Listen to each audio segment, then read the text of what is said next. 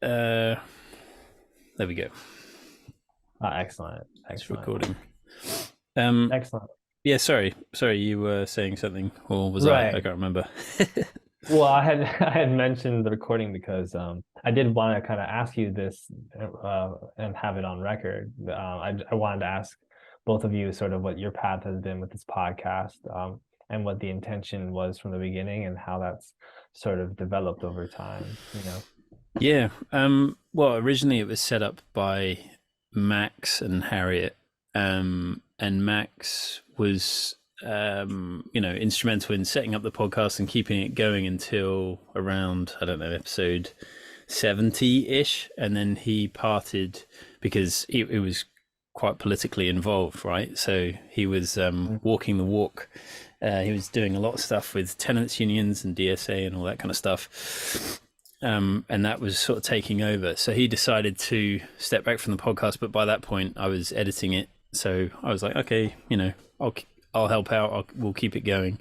So then I started producing it and getting guests and all that kind of stuff. And Max had introduced ikoi to everyone. And then we just have kept going ever since. And Max returns now and again. But really it's Max and Harriet's creation. Yes. Yeah. Yes. Yeah. I was a late comer, so.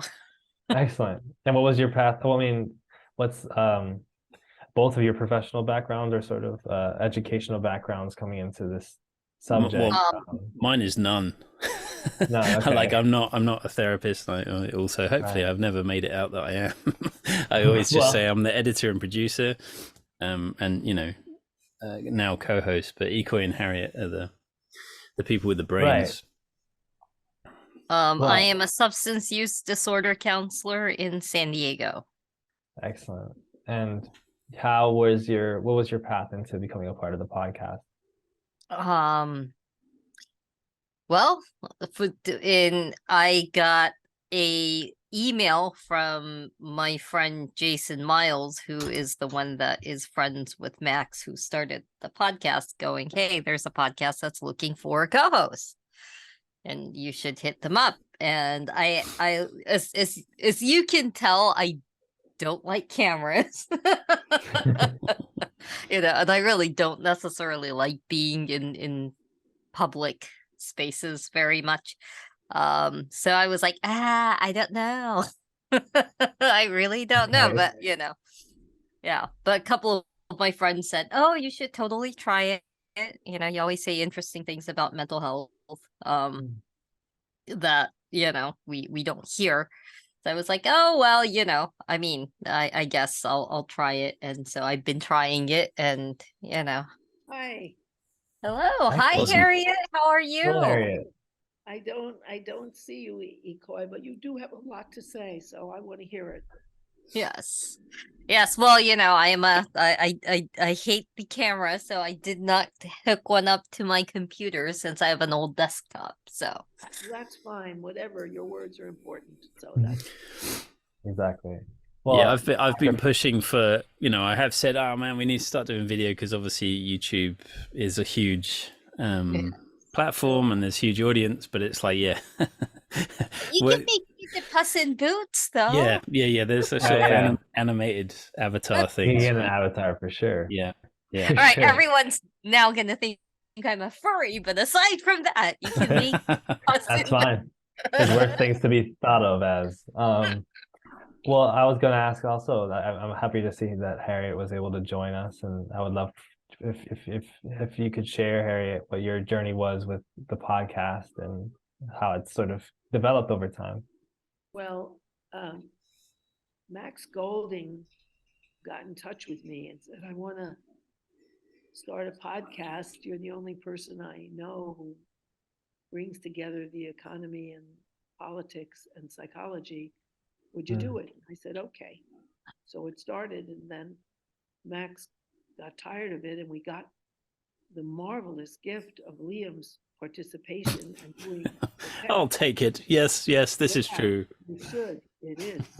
And then ikoi joining us, and so it continued, and not only does Liam do the tech, but lot of work finding people to join us, and we're different enough in age and in concentration that it worked. Hmm. So I here think we are. it's worked really well. Yes. Yeah.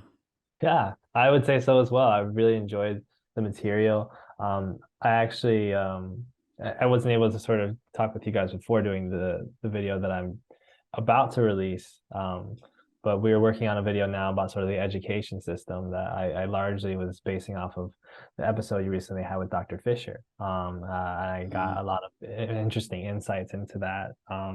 Which was helpful because a lot of sort of education critique is mixed in some different ideological sort of agendas, and seeing it from a leftist sort of materialist sort of way of approaching it, as well as approaching the sort of human and personal and psychological side, I think is so important, and something that I find this podcast has such a valuable insight insight on. And Well, no, it's okay. What are you gonna add what I something? was going to say is that Louis Althusser, who is a very, well-known Marxist, well, he doesn't exist right now, he's dead, but he wrote amazingly, that his theory of ideological state apparatuses, which are the family, the authoritarian family, authoritarian religion, and authoritarian education, work together to teach children the lines of dominance and submission, and teach the kids that they are not important and they need to subordinate themselves. And so that you don't even need cops and the army, because people put themselves down and keep submissive. And so that that's a very important kind of connector of the education and the psychology. Yeah. Yeah. Yeah. I was having a conversation with my friend the other day, just how most of adult life is trying to unprogram all the stuff that happened in school, right? Because that submission happens almost automatically. Well, Go you on. grow up amongst giants who have total control of your life. I think that's why 85% of child homicides are by their parents, because these people are utter dictators and you have to obey for your own survival.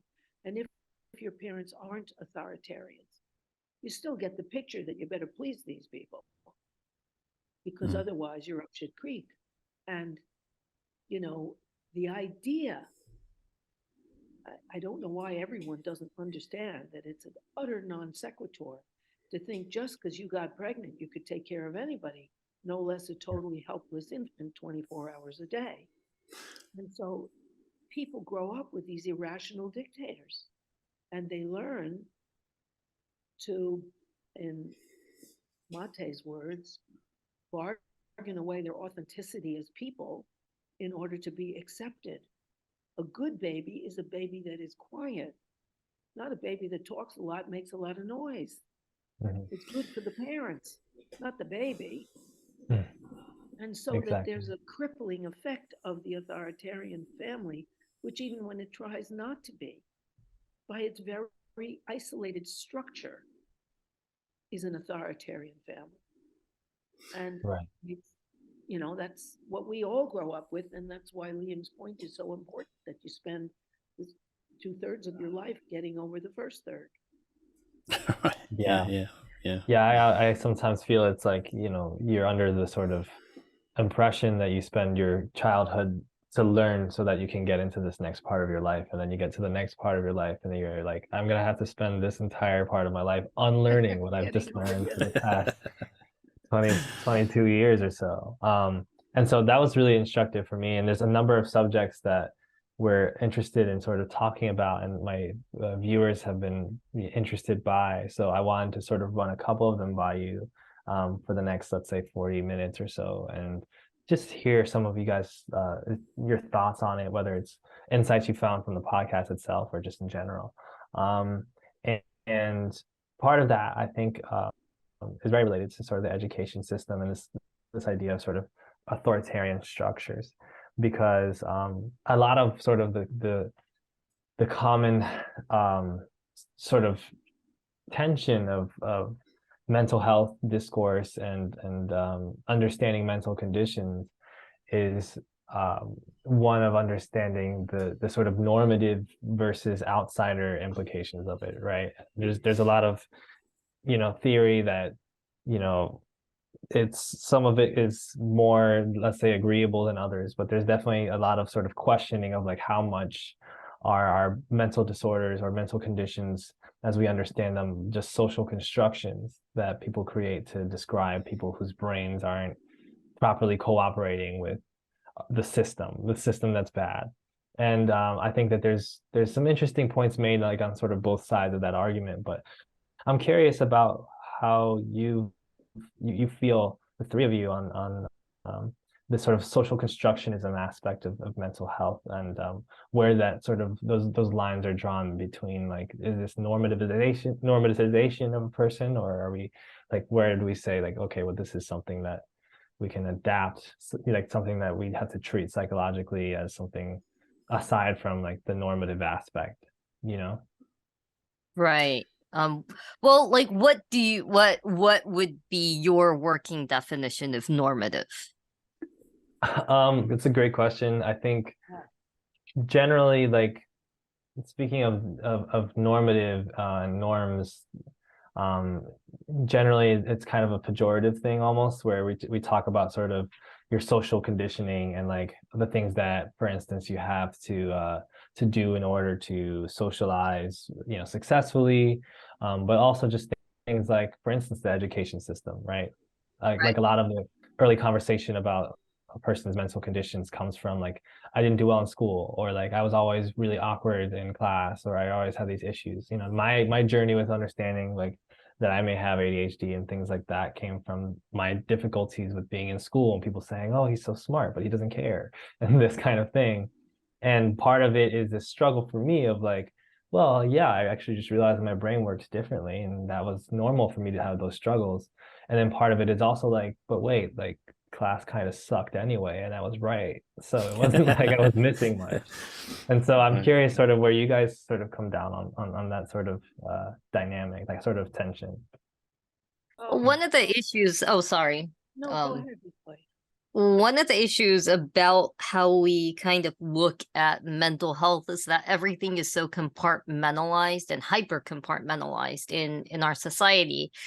And in a certain sense, there is very little link is to like one compartment to the next, right? So we talk a lot about intersectionality, and we also, you know, in psych circles talk about like the bio, you know, psychosocial, and a lot of these things. But, you know, very rarely are people really kind of trying to look at a whole person in a lot of, like, you know, because that's also like the case in like physical, you know, medical settings, right? Where, you know, you see all these specialists that don't necessarily talk to or coordinate very well with each other, you know, in the medical system. And in the mental health system, it's kind of a similar thing, where a lot of times, you know, a lot of people go into seeking care in these systems and end up feeling very disjointed because they don't ultimately, you know, you aren't thought of as a person, you are thought of as a problem to manage. A disease. Right. So, because if it's like, you know, even, and that's it, that's part of one of the issues of like, you know, a lot of times. So if we take something like substance use disorder, right, you know, there is a huge aspect that is very popular in that sector of treatment, of treating, you know, substance use disorder as a brain disease. And on one hand, there is a well-intentioned attempt to, you know, because drug use is such a, you know, stigmatized activity, especially for those who are facing socioeconomic struggles, right? Because the welfare can do anything and get away with it, but not the poor. And it is really stigmatized in many, many ways. So there is an attempt to kind of destigmatize it by saying, oh, no, it's a brain disease. It's not a personal choice. And to a certain degree, like, can substance use disorder be a brain disease? Sure. Right. Certain diagnoses does kind of, increase the risk for one traumatic brain injury, for example. Sure. But to apply that to everybody, because that's also one of the aspects of the expedience model of diagnosis and mental health, is that, they kind of try to fit you into a very narrow, primary kind of diagnose, like this is your biggest issue, and these are kind of like, a couple of the smaller issues, then they're all compartmentalized, and this is your problem, rather than like looking at what happened to you throughout your life to contribute to all these factors happening, whether that's, because a huge part that is missed is also the link to mental health and physical health, not in kind of like the reductive way, but how much they influence each other. Yeah, I think that's exactly right, because everything is sculpting and changing everything else. I'm old enough to have been a child in the 1950s, and I could see around me there was, excuse me, much less dysfunction among young people. We were the only economy to survive World War II. All the other advanced countries were decimated. We were the kings of the world. We were in a racist, sexist nation. But as long as you were in a family headed by a white male, and the whites were the majority then, every generation could do better than the next, so that there was a sense of hope. And that was your national sense. Opportunities were open. When you graduated from high school or college, you could always get a job.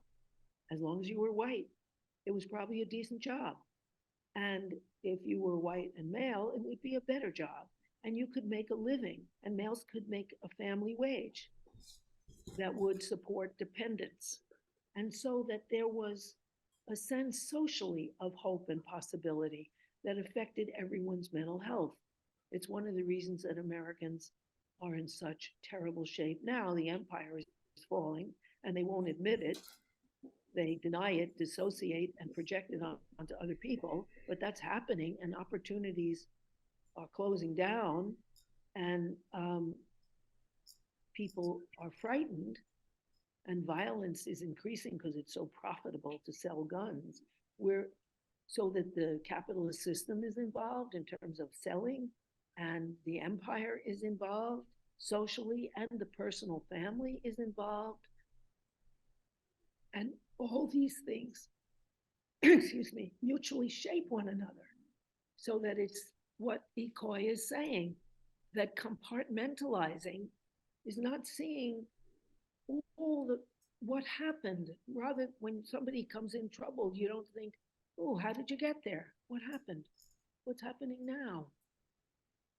Right. The disease model is something that could be administered with a pill, which is the way they usually administer people's psychological difficulty, and they don't work. And just as a little cute aside to illustrate what I was saying, there's a big story in the newspapers this week about a woman who murdered her 3 children. She happened to be on 13 psych drugs, just as a little humorous aside. So, Right. that doesn't work. You have Yeah. to look, how did you get there? Yeah, I think maybe to glue the two different things together there. We had a guest on, Lucy Johnston, one of the authors of the Power, Threat, Meaning framework, and one of the sort of opening lines in that, or ideas, is not what is wrong with you, what's happened to you. Yeah. And it's simple, and it changes everything to some degree. And so this idea of, maybe I'm misinterpreting what the question is. But to my mind, it's, navigating social structures or society, it just feels like there is endless pressures pulling you in multiple different directions all the time, and it never seems to end. And how you sort of navigate all of that stuff, I think, the best version of it is if you actually have had a good amount of sleep, you've had something to eat, you have some sort of roof over your head. It all requires stability to have any sort of ability to reflect on any of this sort of stuff. And I think one of the things both, Harriet, Ikoi, and Max are all making the point that, like, there's so many people who don't have this sort of base level, sort of foundational stability in their lives.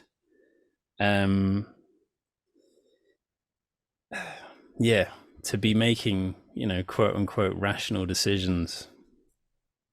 And we can't have a healthy society if people, are just overworked, underpaid, stressed out. So, the best case scenario is if you do have these sort of base level of resources, it's just like listening to everyone and believing no one, including, definitely don't listen to anything I say. but it, something like that. But I don't know, maybe I'm misinterpreting the question. No, I think you've all answered it quite well, and then quite interestingly, like sort of divergent, not quite divergent, but sort of like unique methods, and I think it's really helpful. I think it's perfectly what I was looking for, and insightful. And I think also it ties in well to sort of some of the other concerns, because a lot of what ends up happening with the channel, and I think you probably felt some of this too, although it's been much clearer given that your podcast has had a theme from the beginning.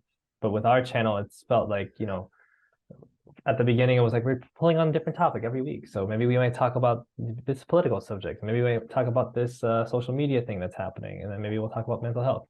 And then the more that everything sort of moves on, the more you realize, oh my goodness, this is all very interconnected.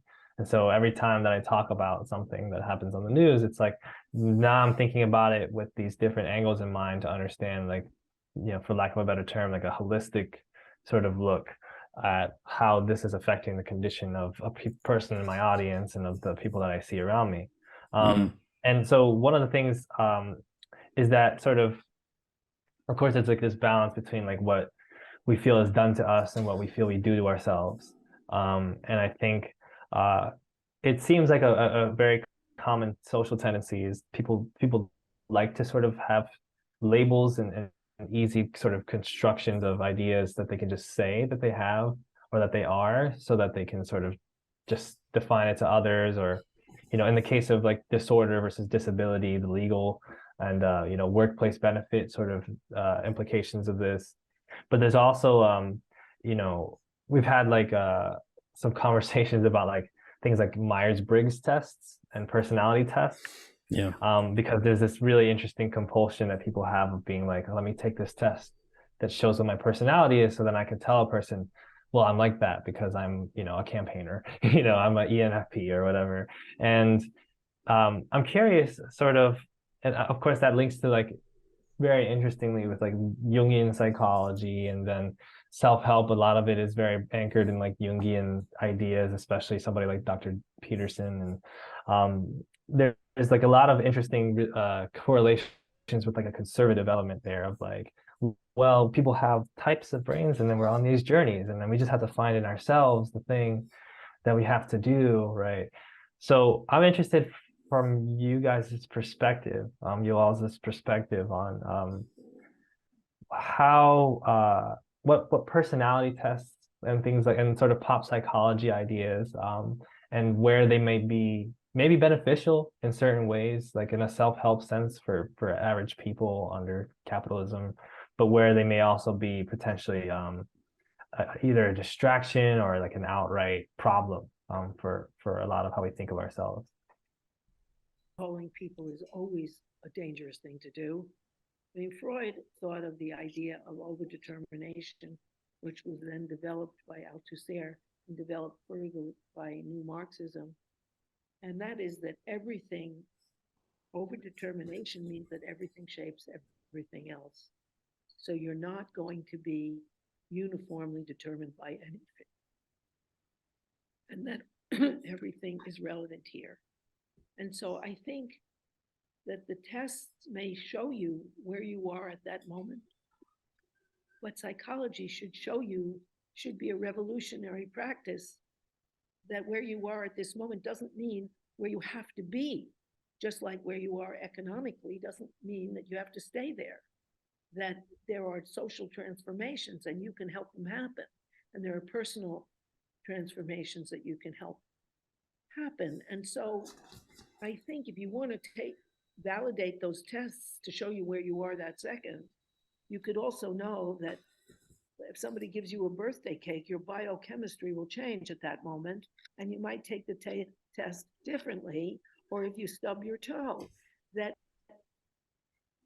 we're constantly changing, and we have to look at all the forces that mutually mold each other and us, and see ourselves as part of a social continuum. And I think that's politically important because of its ramifications, that we need each other. And if we want transformation, it's not just a personal thing, it's a social thing as well. Right. Yeah, actually, I often repeat this because it sort of blew my mind at the time, but we had a guest, Ian Parker, who is co-author of Psychoanalysis and Revolution, a book. And one of the things he was saying is that the unconscious is not something, some sort of deep well inside you that's mysterious, but that it's a social thing, that your unconscious is formed by the society that you're in, that you're linked to everyone else. It's sort of a slightly different twist on the Jungian idea of collective unconscious, which was we're all like, I don't know, in some sort of kumbaya, happy, like we're all connected, man. But instead, it's much more like the maybe social pressures, for example, at least as I understood it, operate on that level, that we collectively, our collective unconscious is shaped by each other, essentially. Not necessarily just like mystic symbols and all that kind of stuff, but all the pressures, all the social experiences, and the personal ones. Yeah, right. You know, that was it was an excellent guest and a good book, and it tries, like Gabor Mate's work, The Myth of Normal. It tries to get people out of this compartmentalized, as ikoi says, thinking, and medicalized diagnostic system that pigeonholes people in a non-transformational slot for which they're drugged, which is a terrible, terrible thing to do. Yeah, I mean, yes and no, right? Because some people are empowered by the label that they're given, right? That there's like, it's a sense of relief. You get the diagnosis or whatever, and you're like, oh, okay, that explains it. It takes some of the weight off, right? It's like, particularly when it comes to some of that education stuff. We also had Derek Vaughan on the podcast a while back, who's education. He's an educator. He's an educator, yeah. And he has a very different perspective to Naomi Fisher, and he was man. Why is my brain completely crapped out at this moment? Must be some unconscious woo-woo. It's okay. What were we just talking about? Why did that just happen? We were talking about like personality tests and whatnot. And No, it's gone. Sorry, can't. I'm sure it can come back in like a very quick moment. But ikoi, I'm sorry. I didn't notice. If Harriet, you looked like you were saying something in that moment as well. I'll defer to this. What we were asking ikoi. Yeah, I was wondering if ikoi had any particular things that she wanted to add as well in terms of like this conversation about self-labeling and labels and personality tests. Well, I mean, it's one of those things where I think one of the things that I always tell clients is that like everything has pros and cons, and everything has like a scope of scope of like proper application, right? So one of the things to think about in terms of anything like diagnosis, anything like personality tests, Harriet said one of the major, factors to always think about, right? Which is that like these are not fixed necessarily. That that these, this isn't necessarily who you are forever and ever and ever, or that like people aren't necessarily quote unquote like born this way, because a lot of times people take things like, oh, I am an ENTP or I'm an INTP or whatever, if you're going Myers-Briggs, and they'll think that that is kind of like their core nature, rather than like, that is the culmination maybe of this time and place that you're in right now because of all your experiences, right? Because I mean, even things like introversion and extroversion are oftentimes like hugely economically and socially mediated. One of the things about, is somebody that if I had to identify as like extrovert or introvert, I would, probably scale very far on the introvert side of things, right? But even then, like when I think about it, is that my nature or is that my condition and upbringing, right? And one of the things that, because the Myers-Briggs is such a dominant kind of, introversion, extroversion is kind of a dominant thing in our current, pop psychology. One of the things that I did notice is like, as over like the last 15 years, it's like the economy got worse and worse and worse. People started identifying more as an introvert. And I remember having this conversation with a guy that I used to know. And he was like a big, he was a guy that was having like, these huge, massive parties all the time at his house. He was always, kind of organizing these events.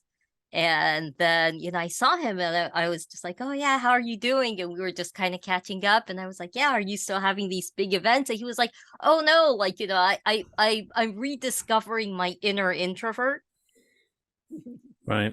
And the funny thing is, the more that like I just kind of sat and listened and started talking to him, I was just like, oh my God, you're going through like some really personal and economic distress right now. Of course you're not in the mood for party, right?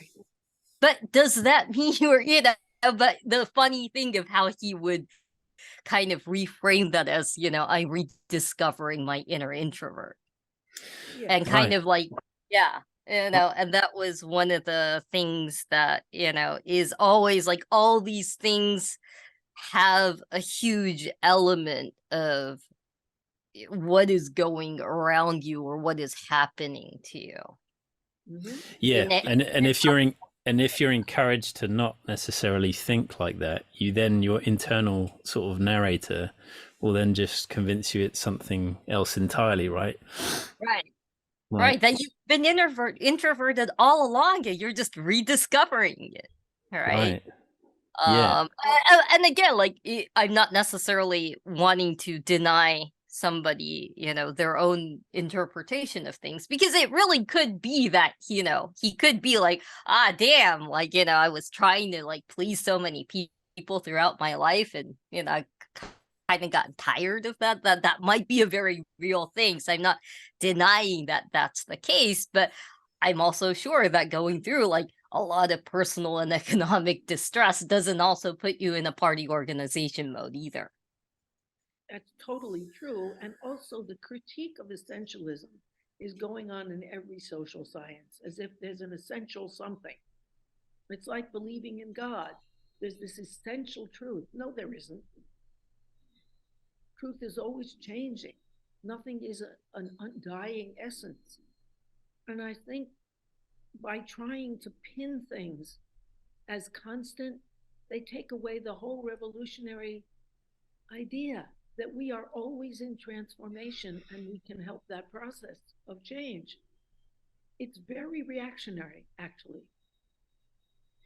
I wonder what I wonder what a diagnosis could be for individuals or groups or a society that wants to pin things down and categorize everything all the time. You know, like it's sort of that zooming out and then disorder. what was that?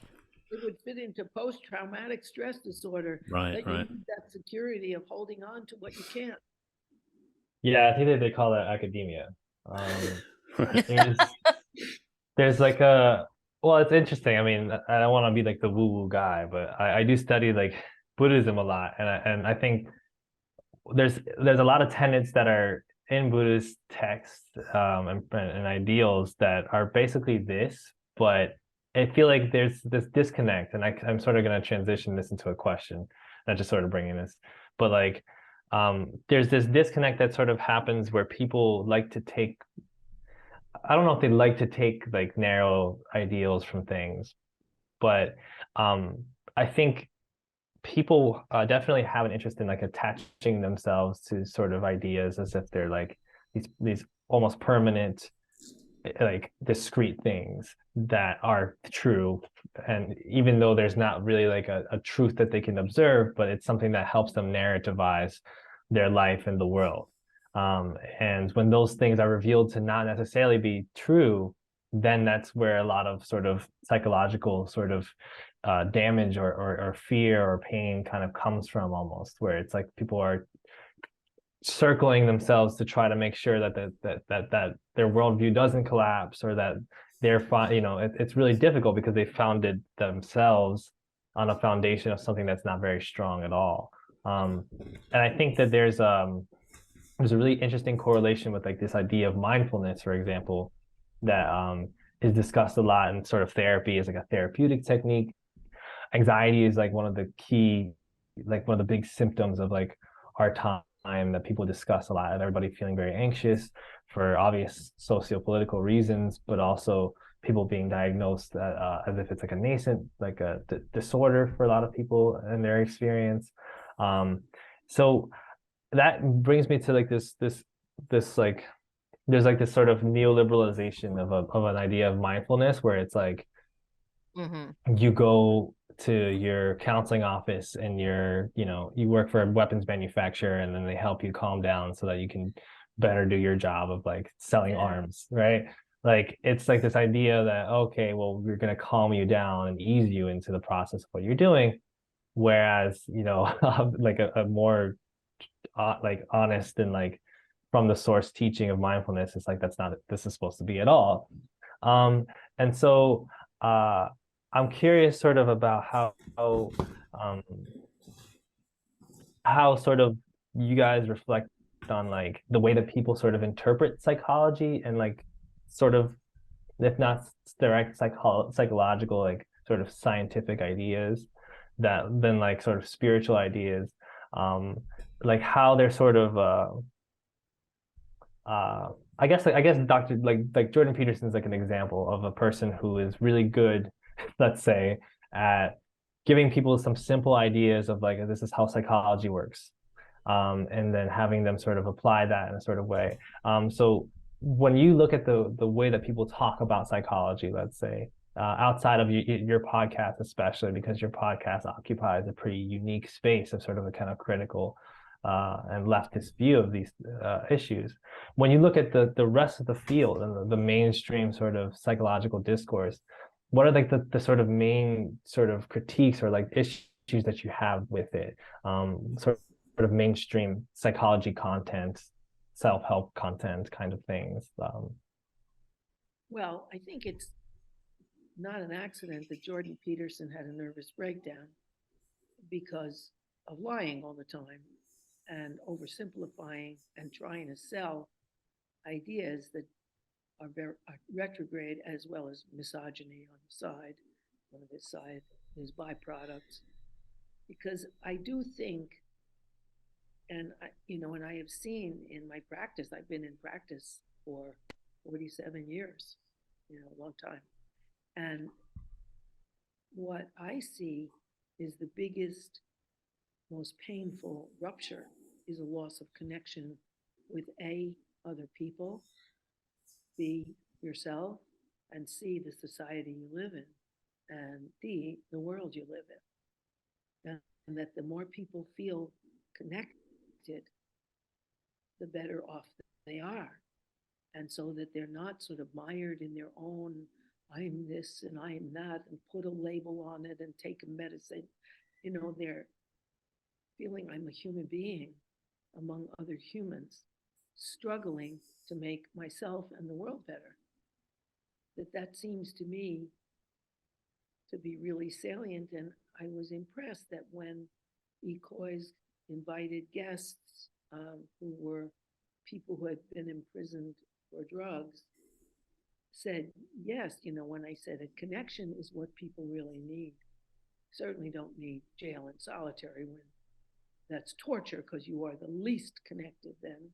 And you're not connected with yourself if you're numbed out on drugs either. And I found in helping people as the psychological person, I have psychiatrists who help them wean off their meds. Since it messes up your brain, you really have to be careful about how you withdraw. But that getting connected with yourself, connected deeply with other people, connected to what's going on that in the world and doing something about it is hugely therapeutic. And it's not part of the psychology paradigm at the moment. And I think it should be. Yeah, ikoi, what are your thoughts? Yeah. One of the major things, I think, probably the biggest critique that I would have is, you know, again, kind of riffing on what Harriet said about connection. Like, ultimately, a huge part of connection is being curious about other people and being curious about yourself, right? It comes from a place of curiosity that's grounded in compassion. And one aspect of kind of like the compartmentalized diagnosis thing is that it shuts down that curiosity, because it's like, oh, okay, you're bipolar too. I know who you are, right? You have this and this and this. I know who you are. Oh, I don't like this diagnosis. I don't like you. Like, especially if you have some of the more, you know, stigmatized diagnoses like the cluster Bs and whatnot, right? So I think one aspect of it is that it shuts down curiosity about yourself and other people. And that is probably, I think, the main biggest, you know, the most important aspect of ultimately, like, why do people go and get help? Why do people go to therapy, right? Is ultimately, it's not just about like wanting to better yourself, but wanting to have, you know, better connections in life, wanting to develop a more fulfilling, more intimate, more thorough, more supportive relationships in your life. And that is a huge part of, you know, because that requires certain skill sets, that requires cooperative skill sets, that requires good delegation skill sets, that requires, you know, your ability to be mentored as well as mentor others, you know, and all these areas that I think sometimes going to the modern Western American style of therapy actually shuts down. Yeah. You know, because that's also like a huge part, if I'm, you know, from observation that I see of provider burnout too, is that, you know, providers stop being curious about their clients and they start like boxing in and assuming things out of their clients instead of, you know, seeing every new client as somebody brand new that you don't know, that you have the honor to get to know. Yes. It's Right, that like, you know, because I see, you know, I mean, I remember like, you know, sitting in a restaurant and there was a guy that was sitting next to me and he was clearly in some kind of a mental health field, but he was talking to somebody and he was just like, oh yeah, like I got, you know, this diagnosis and this diagnosis, and new client is this diagnosis, and man, I'm so fucking sick of seeing this people with this diagnosis. Can't they give me something new? kind of, Yeah. comment, right? And again, like that is an example of somebody that has just kind of gotten completely burned out and lost any curiosity in the people in front of them. That is so right. Gabor Mate's whole practice is what he calls compassionate inquiry. That you have compassion, but you're also curious, as you say. And it's well illustrated by a client that I had once who was a gay guy who was very, like a lot of gay men, are very, very attached to their mothers. And he was very attached to his mother.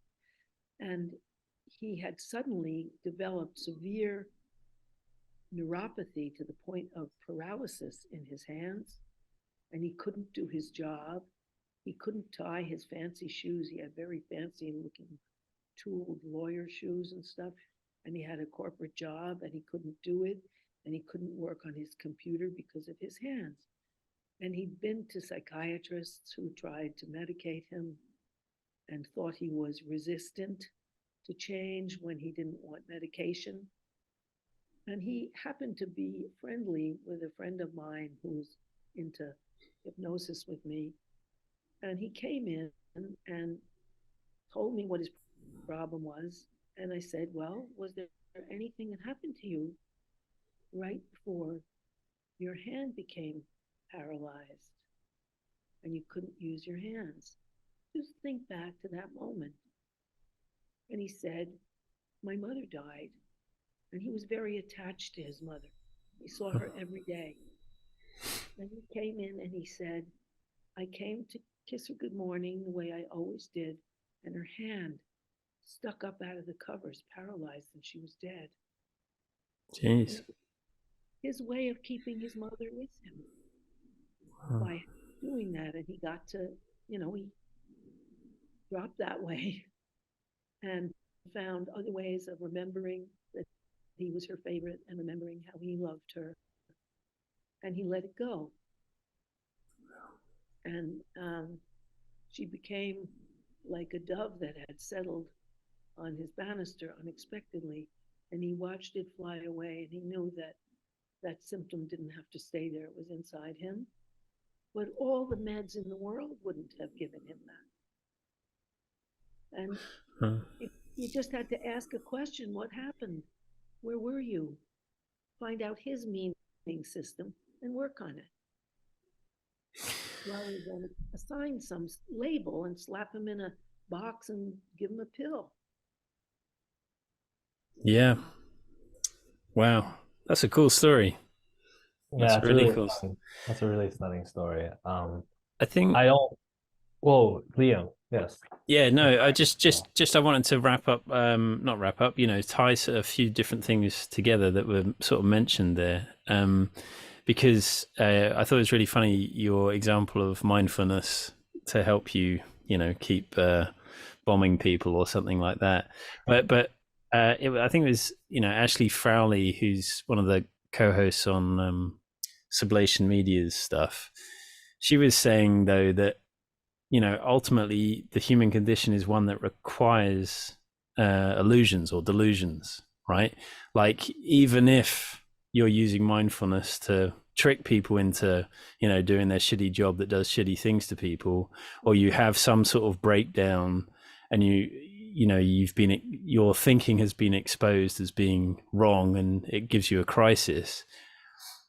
Yeah, you re-navigate your life, but the idea that you've stripped yourself of illusions or something is got to be false, right? Like, I think you just go from one kind of thinking into another kind of thinking. There's this great meme, and it says, it's sort of philosophy. You think things, and there's a little arrow and a half a circle. You're wrong, and that arrow and half a circle, and it just goes round like that.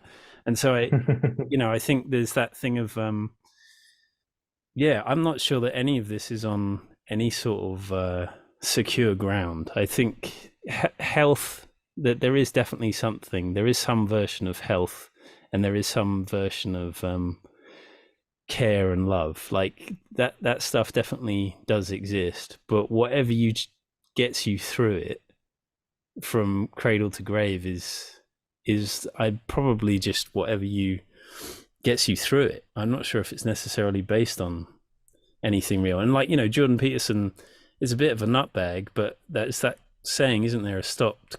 A broken clock is right twice a day. Twice a day. And he says some stuff that makes sense, right? And that's the thing. Again, we listen to everyone, but don't believe anyone kind of stuff.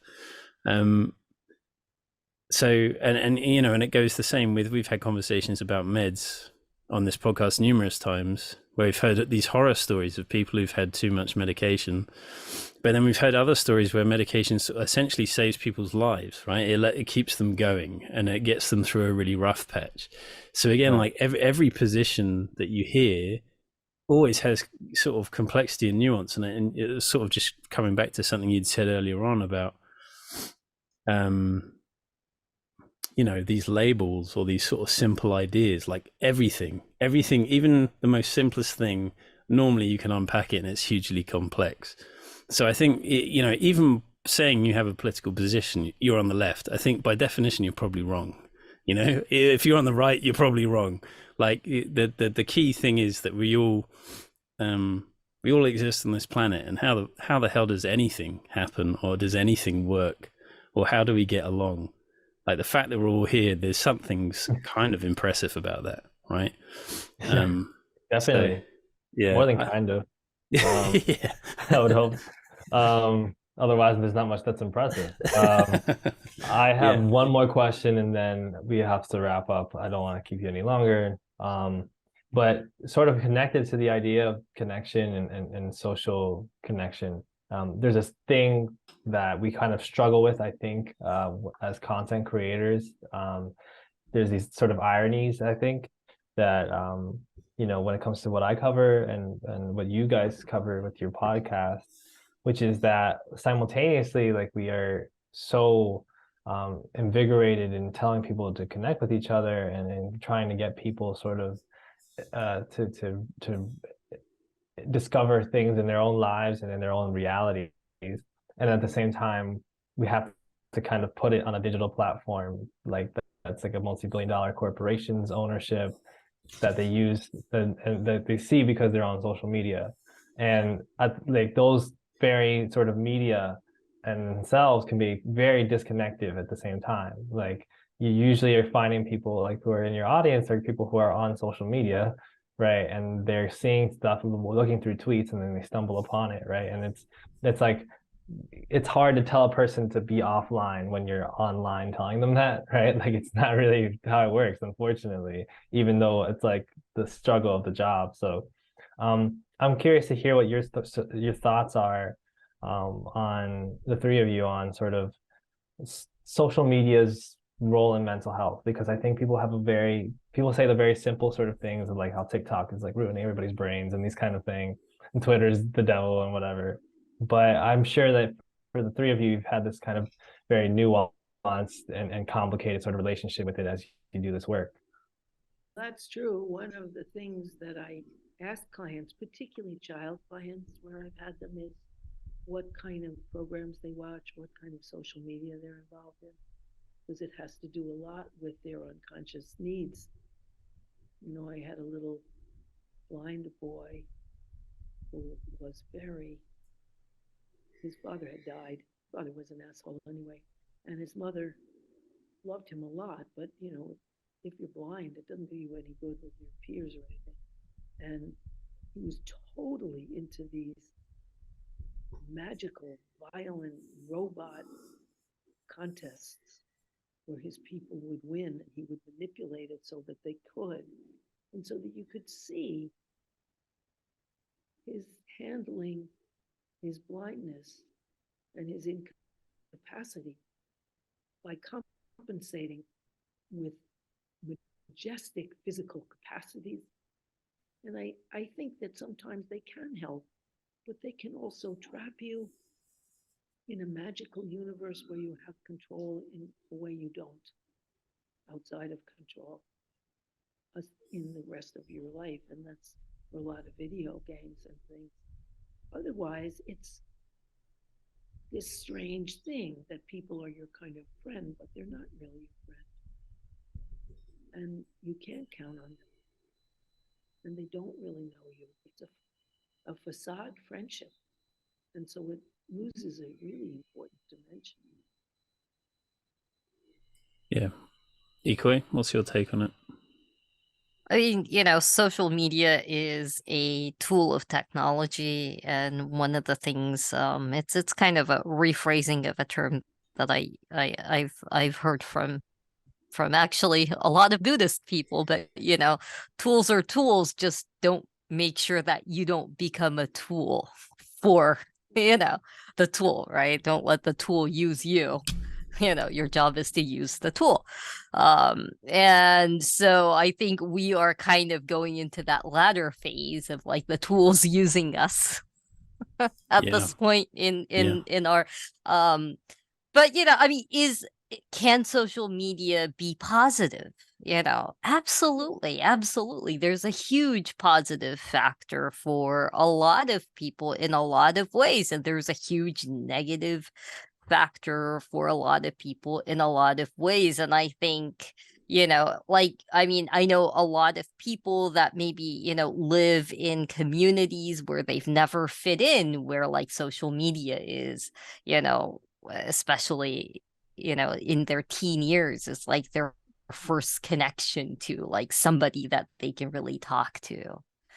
Right. That, sometimes again, like, an example of Harriet expressed, but also like it can also be an area where you can kind of vent out your frustrations through video games and activities. But ultimately, I think probably the biggest factor in social media is that there is no sense of pacing and privacy in when you use a lot of social media, in that like you get to know information about people oftentimes in social media that you may never get in real life, right? Or that or opinions stated rashly by people that had they been given some time and opportunity to actually think about it, may have posted or reacted very differently. So one of the things about social media is that it can, the most negative part of it is, in a way, like, one of my friends who went on like this huge, he was like, no social media for a year. I'm not going to do any Facebook, Instagram, Twitter, nothing, just, and so after a year I was just like, oh, how did it go? And he was just like, well, one of the things that I realized about my interactions on those people is how much it made me suspect of people in real life and assume the worst out of people. And like after a year away, he was just like, like when somebody had a like kind of a cross comment or whatever, he was like, yeah, my first reaction was like, fuck you, go fuck yourself, I hope you get into a car accident kind of reaction, right? And he was like, after a year of like just interacting with my friends in real life and all that, like when somebody has a negative reaction, I no longer assume the worst out of them anymore. Wow. Yeah, right. That would absolutely play into the idea that it's a skill or it's a muscle that you can either develop or it atrophies, as in human relationships, right? Your skill, right, navigating other people's sort of emotional worlds, and that might be the problem. It's not necessarily like exclusively like Twitter, Instagram, Reddit, whatever that's bad. It's just that you are, by spending time there, you're not spending time doing other things, and those other things might include just hanging out with other people, being able to listen to other people, all that sort of stuff, and then you lose that ability, right?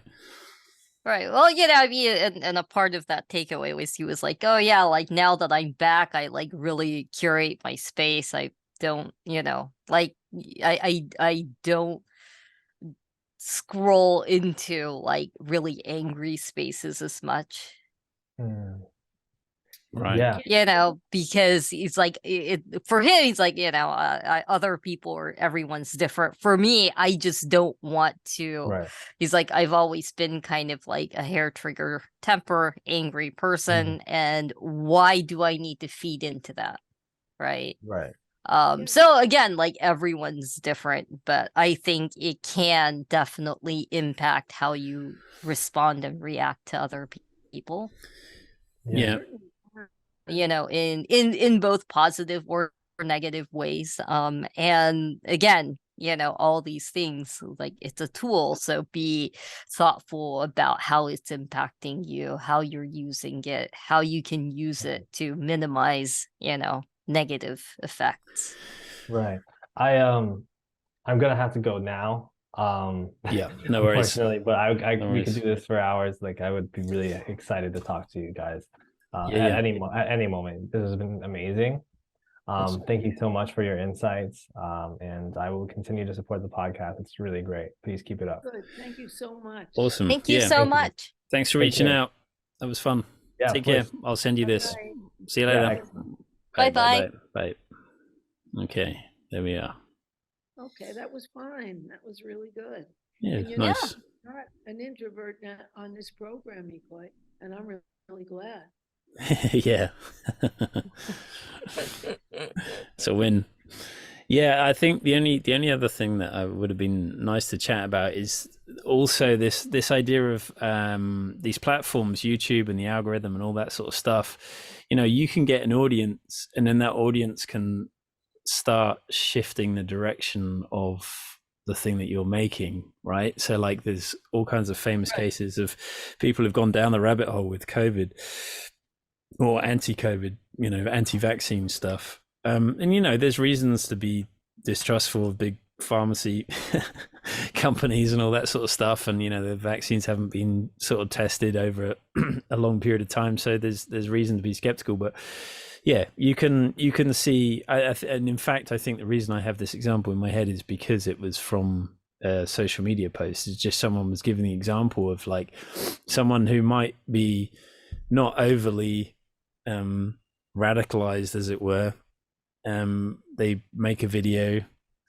Yeah, they were talking about doctors. Yeah, someone who was spoken a bit about COVID, and then they find that the videos that they do or the things that they're posting, they get more traction if they say something a bit more surprising or controversial. But the key thing is, you know, persuasive, right? That's the thing. There is a lot of stuff that's really persuasive, that's really simple, and it's like it's like a nice quick snack, you know, but it can be complete bollocks.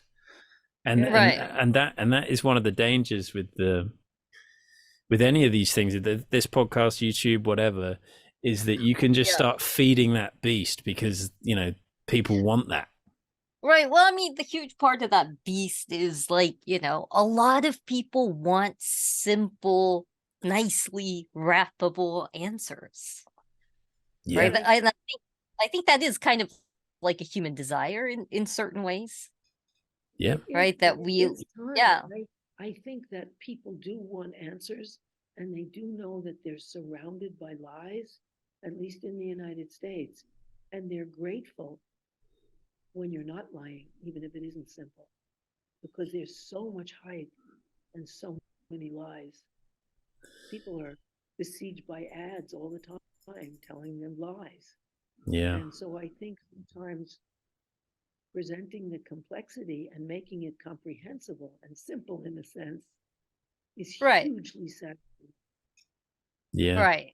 Oh, it can be. It absolutely can be. It's just, you know, ultimately, like a lot of times, if you don't pick, one of the downfalls of social media is that if you don't pick a clear side, right, then it can be a very difficult conversation to kind of tread a certain line. Yes, because you've already been tarnished. Right, everyone already knows. nobody likes you at that point. You become like a social media orphan, where like, because I know a couple of people that consider themselves that, because like you look at their Twitter feed and it's just basically like, I hate you for this reason, and oh, I hate you too, but for a completely opposite reason. And it's like these two extremes that are hating on somebody that's like, I'm just trying to have nuance here, guys. Yeah. It's like when I was growing up, it was Sega versus Nintendo, and it's like you had to be on one side or the other. You couldn't be like, they both got interesting games that I enjoy, but you can't have that. It has to be a fucking war, Right? Anyway, we can wrap it up there, and I'll send the files to I'll send the files on, and then we can probably make an episode out of this as well, but he can use this for his YouTube channel. It'll be good.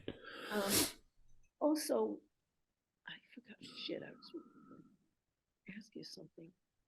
Well, I forgot what I was going to ask him. Whatever. Anyway. So it Today happened is to a me. brain fart day. Yeah, it's brain fart. I realized what the point was, which is just that, when Vaughn was talking about the education system, because of the sort of how fucked everything is, how much pressure there is. Like if you get a diagnosis like that helps you through any sort of institution, happy days, right? Yeah. Like if a diagnosis allows you to navigate work or college or school, it gives you it cuts you some slack from the pressure, then it's not necessarily a bad thing, right? And that's what I was trying to say, but had the brain fart and didn't. Well, I remember what I was going to ask too, which particularly to you, Liam, because I noticed that all the nurses in the health system are on strike in England. Yeah. And public health nurses in New York and elsewhere are on strike too. That there is this, both of our countries have had huge distributions of wealth upward and buying the system so they don't tax the wealthy. Yeah.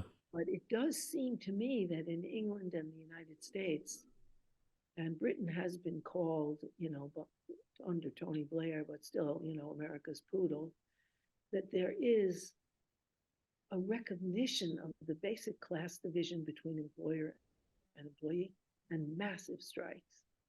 Yeah. Which there haven't been for a long time. Yeah. Yeah. I think the argument that was used for the austerity years, not that we never really come out of them, but right. was that there's no money, you can't afford it, and that's the same line that they're using now. It's like, sorry, can't give you money, can't increase your pay, can't improve work conditions, there's just no money. And it's like that's the battleground, that's what needs to be fought. It is. Yeah. They're exposing the huge profits that have been made during the pandemic. Yeah, that's it. Sacrificed. And so I think people understand there is money at the top, and that's where it has to be redistributed. Yeah, that's exciting. There's a very good book I'm reading at the minute. Well, there's two by the same author. The first one I have read, What Money Can't Buy, The Moral Limits of Markets. And the second one is The Tyranny of Merit. And it's very much about this idea of the meritocracy and how to some degree that keeps everything ticking over, right? Like that everyone has internalized this thing of if I try really hard, then I'll succeed, blah, blah, blah. And like to some degree, part of the acceptance of a super rich is like, well, they must have just tried really hard. And, this, the tyranny of merit is sort of obviously tearing some of that stuff apart. And I really want to get that person on as a guest because I think they've written, two really, really good books. It would. Yeah, it's really helped at least in the United States. The three of our great geniuses who made it, Sam Bankman-Fried with the cryptocurrency, and Elon Musk with Twitter, and Trump, who bragged about being rich and is a total fuck up, and crook, have helped to dispel that notion of meritocracy. Yeah. All got exposed. Yep. After being touted as the great geniuses, they've been exposed as idiot creeps, and Yeah. freaks. Yeah, and if Elliot watches to the end of this video, because I'm still recording, I will send him that author as well of those 2 books, because he should make a video about that. That's great. The meritocracy Great. thing needs to be torn apart. Okay, that was a great podcast. Thank you everyone for Thank you turning up. for doing so much work. Yeah, I mean, credit to Ikoi for the past I don't know, the past couple of months, and the couple of months ahead of us. She's done a lot of the guests, so we're all. Yes, and they Oh, well, Yay! Harriet's like, "Fuck you, Ikoi, bye." Right. Okay, right. I'm gonna hit stop.